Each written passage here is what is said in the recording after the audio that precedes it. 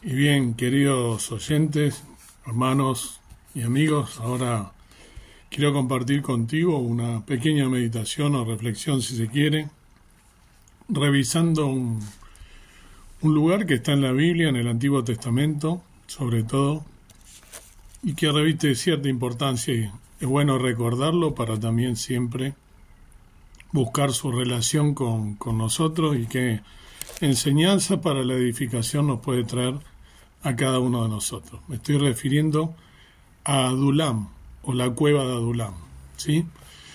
Esta es una ciudad de Judá situada en la región fértil de la Cefelá, aproximadamente a medio camino entre Belén y Laquís. Esto está en Josué 15:35. Ahora voy a, como varios lugares de donde los cuales traigo la información, después me voy a ir deteniendo en algunos, ¿sí? Más que en otros. Jarmut, Adulam, Soco, Azeca. Se la relaciona con Tel Esh Sheikh o Makur, Jorbat, Adulam, situado a unos 26 kilómetros al oeste y sudoeste de Jerusalén.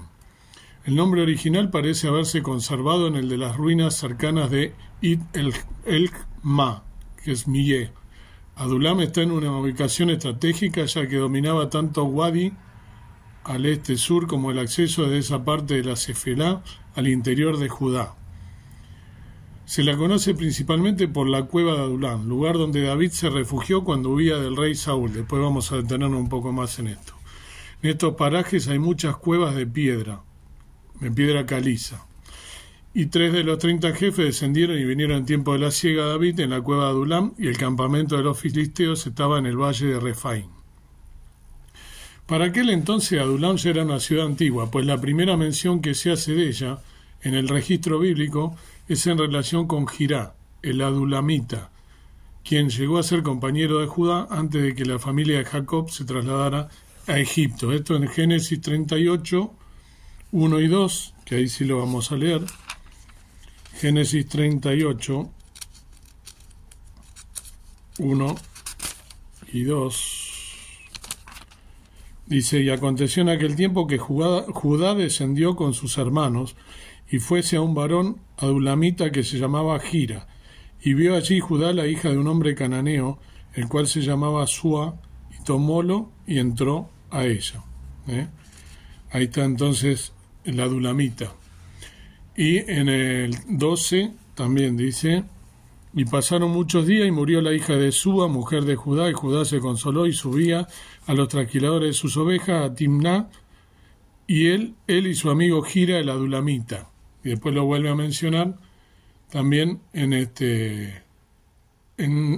20, que dice, y Judá envió el cabrito de las cabras por mano de su amigo el adulamita para que tomase la prenda de mano de la mujer, mas no la halló. Bien, unos 3 siglos más tarde Adulam fue uno de los 31 pequeños reinos conquistados por Josué. Esto está en Josué 11. En Josué 12 también. El rey de Limna, otro el rey de Adulam, ¿sí? Y después fue asignada a Judá con otras ciudades de la Cefelá, en Josué 15. Cuando Saúl estuvo persiguiendo a David, escapó de Aquís, el rey filisteo de Gat, y fue a Adulam, a una cueva donde finalmente se le unieron unos 400 hombres. Como esta zona estaba a unos 19 kilómetros al oeste y suroeste de Belén, es posible que David la conociese muy bien de cuando era pastor. Parece ser que David la hizo su fortaleza por su relativa inaccesibilidad. Conocía bien los lugares. Una vez rey, usó este lugar como base de operaciones en sus guerras contra los filisteos.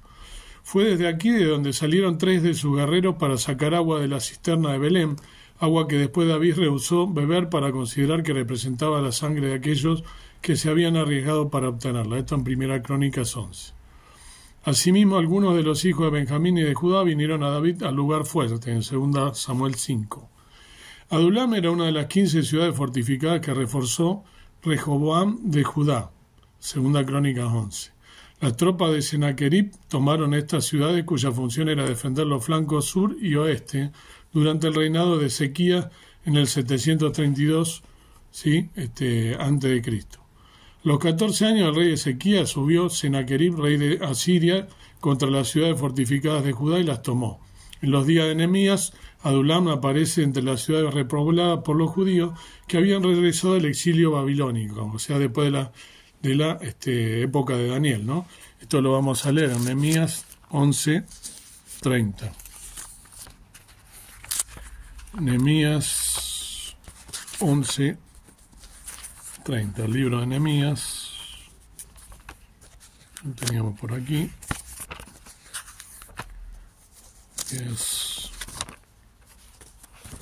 ¿Dónde lo tenemos? Tenemos marcado Nehemías 11:30. Nehemías 11:30 nos dice: Sanoa, Adulam y en sus aldeas, en Lachis y sus tierras, Aseca y sus aldeas, y habitaron desde Beerseba hasta el valle de Hinnom. Está diciendo los habitantes de las ciudades, ¿no?, que era para habitar después de Jerusalén. En Sanoa, en Adulam y sus aldeas, en Lachis y sus tierras, ¿no?, como acabo de leer. Y habitaron desde Beerseba hasta el valle de Hinnom. Adulam en el diccionario Alfonso Lockhart, refugio, nombre de lugar en el Antiguo Testamento, quiere decir refugio, ciudad cananea conquistada por los israelitas, Bet-Sur, Soco, Adulam, cueva donde David se escondió cuando huía de Saúl. Allí se juntaron con él todos los afligidos y todo el que estaba endeudado y todos los que se hallaban en amargura de espíritu, llegando a tener una tropa de 400 hombres. Lo más probable es que esta cueva quedara cerca, ¿no?, de allí. El Adulam en el diccionario Mundo Hispano, ciudad, quiere decir Adulam, retiro, refugio, ciudad 24 kilómetros al sudeste de Belén, muy antigua. Lo que acabamos de leer en Nehemías 11:30. Adulam en el Douglas Teney, retiro, refugio, también ciudad muy antigua. Aconteció que en aquel tiempo que Judá se apartó de sus hermanos y se fue un varón, es lo que acabamos de leer de Génesis, ¿no?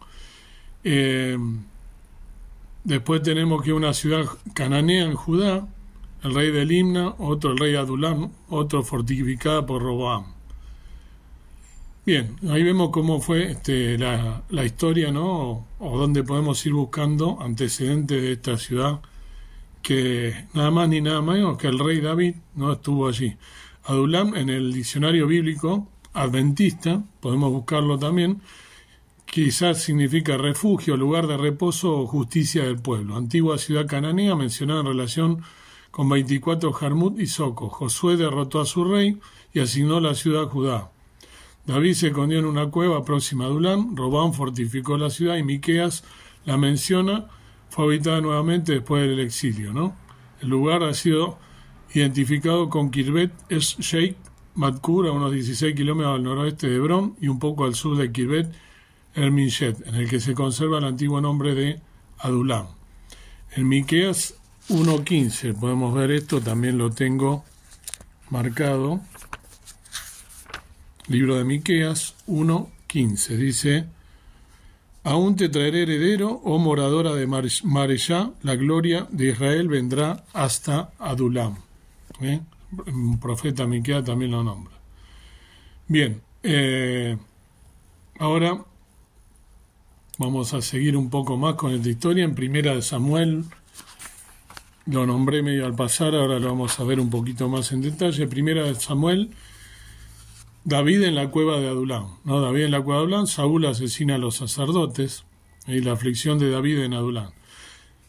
Primera de Samuel 22:1 dice: yéndose David de allí, escapóse a la cueva de Adulam, lo cual como oyeron sus hermanos, ¿no?, y toda la casa de su padre, vinieron allí a él. Yéndose luego David allí. David había pasado por mucho, había pasado de la fama inmediata, un matrimonio reciente, peligro de los filisteos, repetido atentado contra su vida y una despedida dolorosa de su vida cotidiana a vivir como un fugitivo por tiempo indefinido. Luego David tuvo un breve pero intenso periodo de recaída, un regreso dramático a Jehová y liberación de una situación con peligro de muerte. Huyó a la cueva de Adulam. Este fue el lugar de refugio de David. No podía ir a su casa, no podía ir al palacio, no podía ir con Samuel, no podía ir con Jonatán, no podía ir a la casa de Jehová y no podía ir con los impíos, pero podía ir a una humilde cueva y encontrar refugio. El nombre Adulam significa refugio, pero la cueva no iba a ser el refugio de David. Dios quiere ser el refugio de David en este tiempo de desánimo. La mayoría de los arqueólogos creen que la cueva de Adulam no estaba muy lejos del lugar donde David derrotó a Goliat en las colinas de Judá. Hace poco vi un video que confirma esto, muy cerquita. David no podía evitar pensar en lo lejos que había llegado de una gran victoria o huir como un criminal escondido de una cueva. El título del Salmo 142, ¿no?, nos dice, también lo tengo marcado, allí en esa cueva él escribe varios salmos, ¿no? El Salmo 142, por ejemplo, dice Masquil de David, oración que hizo cuando estaba en la cueva, ¿no?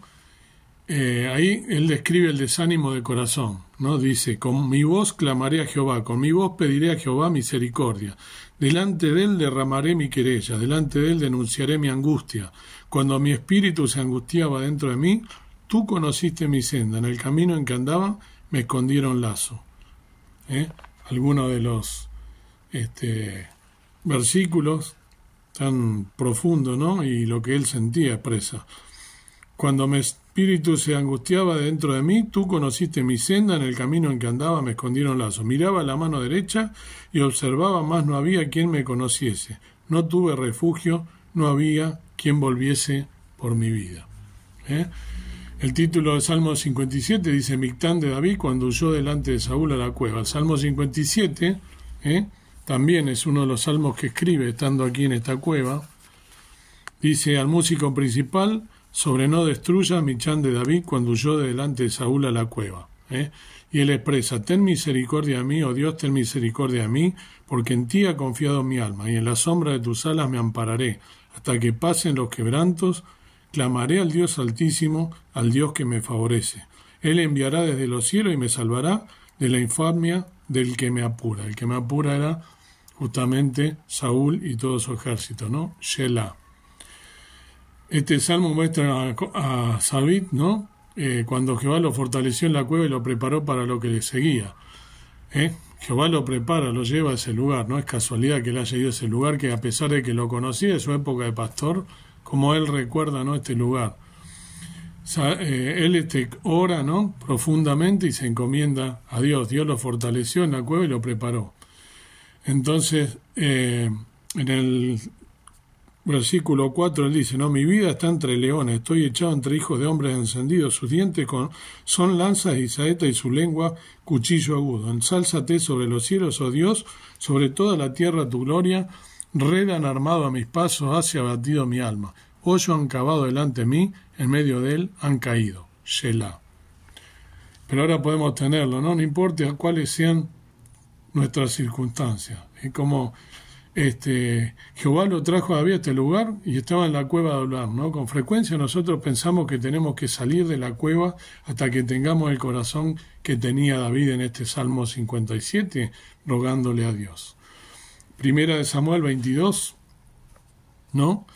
En el versículo 1, acabo de leer yo recién, otros vienen a David a la cueva de Adulam, ¿no? Dice que vinieron sus hermanos y se juntaron con él todos los afligidos de los que estaban endeudados.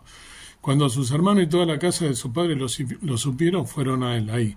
Primero la familia de David fue a él. Este es un regalo hermoso de Dios porque anteriormente todo lo que David tuvo fueron problemas y persecución de parte de su padre y sus hermanos. Recuerdan que fue desechado para convertirse en rey. Sabemos bien la historia, que sus hermanos lo desechaban, cómo lo menospreciaron, inclusive cuando fue a darle de comer y peleó con el gigante Goliat. Primera de Samuel 16, ¿no? 11, Primera de Samuel 16, 11, ¿no? Ahora ellos se unen en la cueva de Adulam, en el 17:28. Se juntaron con él todos los afligidos y todos los que estaban endeudados y todos los que hallaban en amargura de espíritu. Dios llamó a un grupo improbable y único a que se uniera a David en la cueva de Adulam. Estos no eran los hombres que David hubiera escogido, pero fueron los que Dios llamó para él. Esos hombres estaban afligidos. Sus propias vidas no eran sencillas, ni juntas, ni en lo individual. Cada uno tenía sus propios problemas. Sin embargo, Dios los llamó a que se unieran a David en la cueva de Adulam. Como vemos siempre, Dios tiene sus propósitos en todo momento, y a David, su siervo, también lo utilizó porque tenía un propósito con él. Estos hombres se habían endeudado, no habían experimentado mucho éxito en el pasado y estaban heridos por sus fallas pasadas. Tenían sus propios problemas, sin embargo Dios los llamó a que se unieran a David en esa cueva de Adulam. Estos hombres se hallaban en amargura de espíritu. Ellos conocían la amargura de la vida y no estaban satisfechos con sus vidas ni con el rey Saúl. Ellos querían algo diferente, algo mejor, y Dios los llamó a que se unieran a David en la cueva de Adulam. Todos estos hombres vinieron a David cuando estaba abatido y derrotado, perseguido y despreciado. Cuando David llegó al trono, hubo muchas personas que quisieron estar a su alrededor. La gloria de estos 400 es que ellos vinieron a David en la cueva cuando estaba afligido.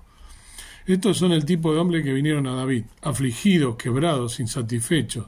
Estos son el tipo de personas que vienen a Cristo, y estas son las únicas personas que vienen a Él porque han reconocido su propia aflicción, su deuda y su insolvencia, y están conscientes de que están totalmente inconformes. Las simples presiones de estas frustraciones los guían al refugio de la sangre de Cristo que fue derramada por ellos. Y fue hecho jefe de ellos. Esta no era una muchedumbre, esto era un equipo que necesitaba un líder, y David fue hecho jefe de ellos. Dios no obra a través de muchedumbres, Él obra a través, de hombres y mujeres llamados, pero también llama a otros a apoyar y a estar con esos hombres y mujeres. 400 hombres y hombres desesperados. Este podía ser un sólido comienzo para un ejército rebelde si David lo quería. Un hombre sin principios convertiría a estos 400 hombres en una banda de rebeldes o asesinos, pero David no permitió que esto se volviera un ejército rebelde en contra del rey Saúl. Estos hombres vinieron a David en aflicción, con deuda, insatisfechos, pero no permanecieron así. David los convirtió en el tipo de hombres descritos en Primera de Crónicas 12:18. Primera de Crónicas 12:8, perdón. También de los de Gat se huyeron a David estando en la fortaleza en el desierto. Muy valientes hombres de guerra para pelear, dispuestos a hacerlo con escudo y pavés, sus rostros como rostros de leones y ligeros como las cabras monteses. Miren qué descripción de estos hombres, ¿no? Entonces, allí tuvo consigo como 400 hombres. David era el ungido de Dios para ser el próximo rey de Israel y se convirtió en el más grande rey terrenal de Israel. Pero así como Dios llamó a David, Dios llamó a estos 400 hombres a estar junto a David. Cada principio es importante. El principio que Dios dirige a través de un hombre llamado y ungido es importante. Cuando un arca tenía que ser construida, Dios no llamó a 400 hombres. Cuando Israel necesitaba ser liberado de Egipto, Dios nos llamó a un comité. Una y otra vez en las Escrituras la obra de Dios es guiada por un hombre llamado y ungido. Al mismo tiempo, el principio que Dios raramente llama a un hombre a trabajar solo es importante. David necesitaba a estos 400 hombres, incluso si nunca antes lo había pensado. Son igual de llamados y ungidos que David, pero ellos fueron llamados a seguir y apoyar a David, mientras que él fue llamado y ungido para dirigirlos. David tuvo sus seguidores y también los tuvo el hijo de David, Jesucristo, la raíz de David, el linaje. ¿Pueden ver la verdad de la que esta historia del Antiguo Testamento es una imagen tan explícita? Tal como en el tiempo de David hay un rey exiliado que está reuniendo a su alrededor a un grupo de personas que están en aflicción, endeudados e insatisfechos. Lo está entrenando y preparando para el día que él venga a reinar. Qué precioso. Primera de Samuel 22, 3 y 4 nos dice, siguiendo con la historia, y fuese David de allí a Mizpa de Moab, y dijo al rey de Moab, yo te ruego que mi padre y mi madre estén con vosotros hasta que sepa lo que Dios hará de mí. Trájolos pues a la presencia del rey de Moab, y habitaron con él todo el tiempo que David estuvo en la fortaleza. Fíjense, dijo al rey de Moab, yo te ruego, ¿no? Ruega por su padre. David llegó a su padre a Moab porque su abuela Ruth fue moabita. Esto lo vemos también en Ruth, lo tengo también separado. En el libro de Ruth, recordemos que Ruth era la abuela de David, fue Ruth, ¿no? La preciosa mujer. En el libro de Ruth 4, del 18 al 22, 4, 18 al 22 dice, Y estas son las generaciones de Parés. Parés engendró a Arrón, y Arrón engendró a Ram, y Ram engendró a Aminadab. Y Aminadab engendró a Naasón, y Naasón engendró a Salmón. Y Salmón engendró a Boz, y Boz engendró a Obed, y Obed engendró a Isaí, e Isaí engendró a David. Fíjense ahí entonces cómo viene el linaje. Ruth era la abuela del rey David. Entonces, él quería que sus padres estuvieran a salvo de cualquier batalla que él pudiera enfrentar en el futuro. Hasta que sepa lo que Dios hará de mí, dice él, ¿no? David no conoce toda la historia. Él sabía que fue llamado y ungido para ser el próximo rey de Israel, pero no tenía idea de cómo Dios lo llevaría hasta ahí. David tenía que confiar, obedecer aún cuando no sabía lo que Dios hará de él. Primera de Samuel, ¿no? Seguimos en Primera de Samuel 22. Estamos en Primera de Samuel 22.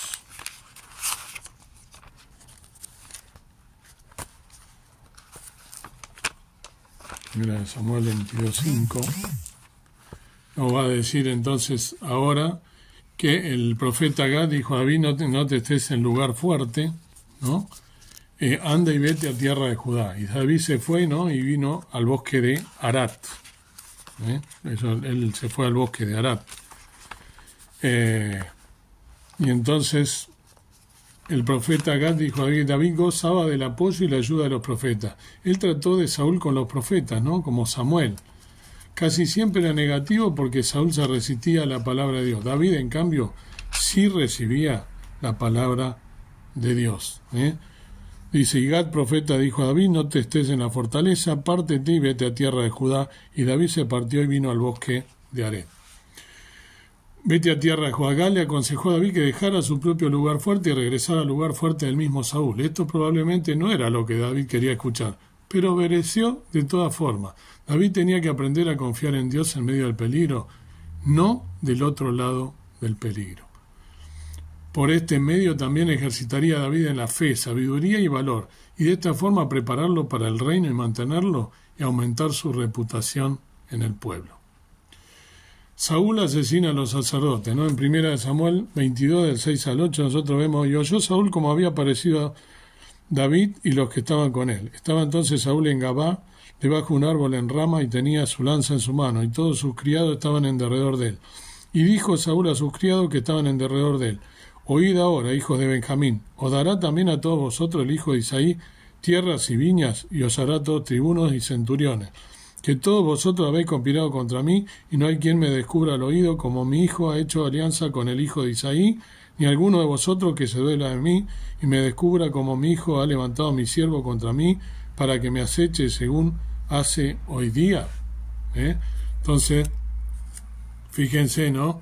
Cómo Saúl oyó que se sabía de David lo que estaban con él. Cuando solo era David escondiéndose de Saúl, podían permanecer ocultos por un largo periodo de tiempo, pero no puede esconder a 400 hombres. Cuando David regresó a Judea, la reina informante de Saúl lo descubrió rápidamente. Y tenía su lanza en su mano, y todos sus siervos estaban alrededor de él. Cuando Saúl tenía una lanza en su mano, usualmente significaba que intentaría lastimar a alguien. Dice, os dará también a vosotros, el hijo de Isaí, o sea, David, tierras y viñas. Saúl apeló a lo peor en estos hombres, preguntándole si un hombre de Judá favorecería a la tribu de Benjamín con riquezas y promociones. Además, notemos cómo Saúl se refiere a David como el hijo de Isaí. No dijo el hombre que mató a Goliat, o el hombre que mató a 200 filisteos, o el hombre ungido por Dios. Saúl sabía que David venía de una familia siempre extranjero. Aquí lo llamó por el nombre más humilde que se le puede ocurrir, el hijo de Isaí. Todos vosotros hayáis conspirado contra mí, dice Saúl, ¿no? Ni alguno de vosotros que se vela a mí. En su mundo carnal y centrado en sí mismo, todo giraba alrededor de Saúl. Se volvió paranoico y quejumbroso y dirigía a través de la culpa y la acusación. Mi hijo ha levantado a mi siervo contra mí. Lo acusa también a Jonatán. Jonatán nunca hizo tal cosa, pero Saúl no podía aceptar la verdad que David y Jonatán estaban bien y él estaba mal. Saúl inventó elaboradas conspiraciones contra él. En 1 Samuel 22, del 9 al 10, ¿ves? Que Doeg le reporta a Saúl sobre David y Abimelech, ¿no? Y entonces Doeg vomita, este hombre se fue por última vez en Nob, en el tabernáculo, al mismo tiempo que David estuvo ahí, el cual consultó por él Jehová y le dio provisión y también le dio la espada de Goliat al filisteo. Doeg implicó al sacerdote Ahimelech como un cómplice de David. Mira toda la ayuda que Ahimelech le dio a David, ¿no? Cómplice de David. Entonces seguramente estaba trabajando juntos contra ti, Saúl, y probablemente Ahimelech sabe exactamente dónde está David y a dónde se dirige. Doeg era más que un hombre ambicioso buscando promoverse. También sabía cómo desviar a la ira la sospecha de Saúl de su propio personal y enfocarlo a los sacerdotes. Entonces Saúl acusa a Ahimelech de conspirar contra David. Y aquí Ahimelech le contestó a Saúl con la honestidad de un hombre como una conciencia limpia, simple y honestamente dijo: no culpe al rey de cosa alguna a su siervo.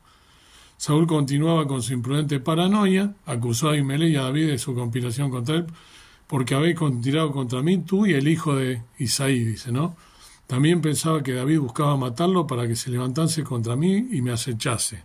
Saúl se veía a sí mismo como la víctima que David y Ahimelech buscaba matar.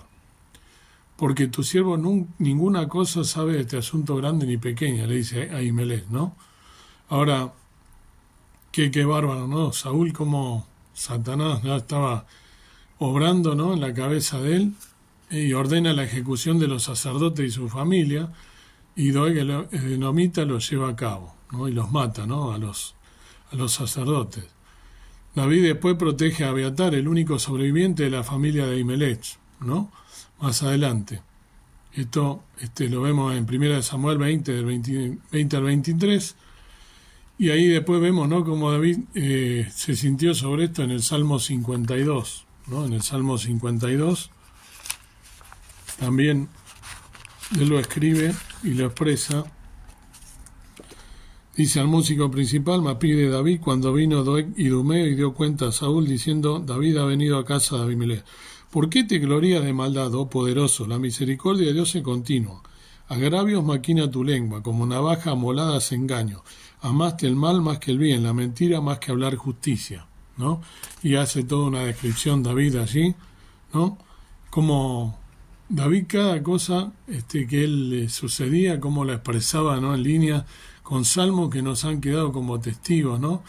Y él le dice, ¿no?, te alabaré para siempre, ¿no? Él en el versículo 8 y 9 dice: mas yo estoy como oliva verde en la casa de Dios, en la misericordia de Dios confío perpetua y eternamente. Te alabaré para siempre por lo que has hecho y esperaré en tu nombre porque es bueno delante de tus santos. Fíjense cómo él, del dolor y de las cosas, él saca de adentro todo lo que siente un siervo entregado a Dios, sin duda.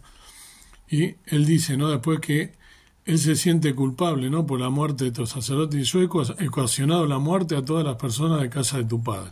David se refirió a esto de dos formas. Una de ellas, la más grande, fue que la simple presencia de David con Ahimelech lo hizo culpable delante de Saúl, y en realidad no había nada de David ni nadie más hubieran podido hacer al respecto. La otra más baja fue que al mentirle a Ahimelech, David hizo vulnerable al sacerdote delante de Saúl.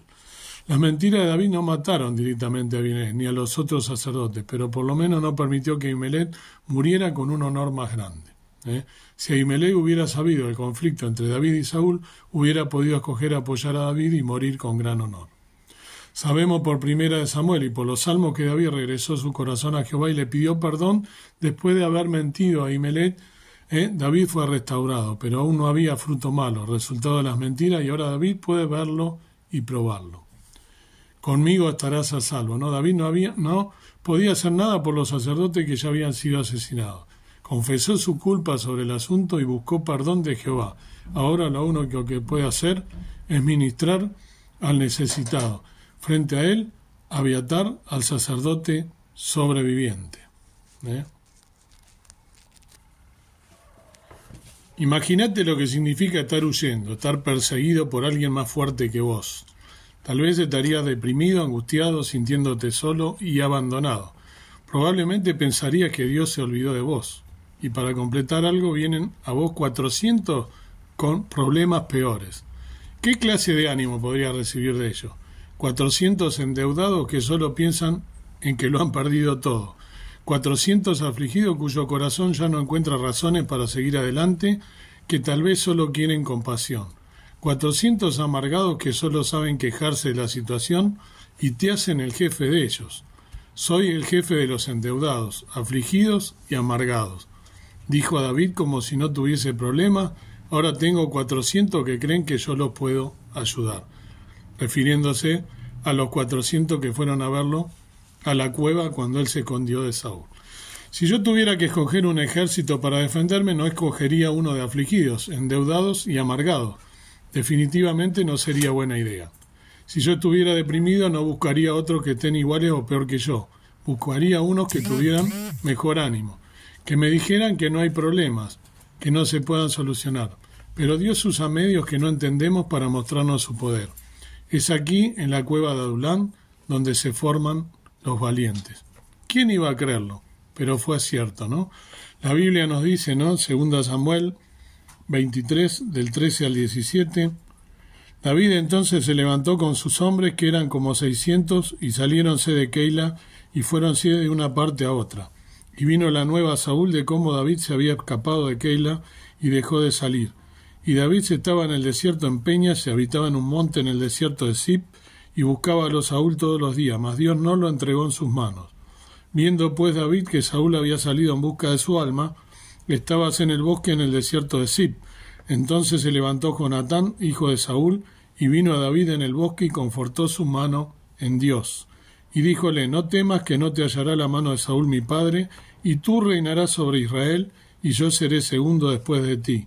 Y aún Saúl mi padre, así lo sabe.